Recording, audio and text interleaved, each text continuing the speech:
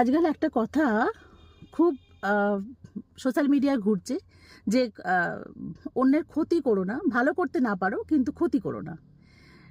কথাটা আমি সর্বাংশে সত্য এবং আমি সহমত পোষণ করছি, কারোর ক্ষতি করো না। কিন্তু যারা ক্ষতি চায়, যারা ক্ষতি করে, যারা আপনাকে নিয়ে সর্বত্র আলাপ আলোচনা করে এবং আপনার জীবন ধারণ নিয়ে নানান কথা বলে, আপনাকে হিংসা করে, আপনার সাথে বদমাইশি করে, আপনার ক্ষতি চায়, তাদের কি করবেন?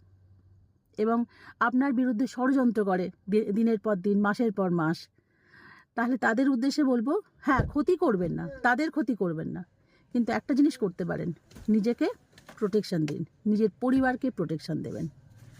যে ক্ষতি করবে, যে আপনার সন্তানের ক্ষতি চাইবে, তার থেকে নিজের পরিবারকে, নিজের সন্তানকে অবশ্যই প্রোটেকশন দেওয়া কর্তব্য। টাটা, ভালো থাকুন, সুস্থ থাকুন।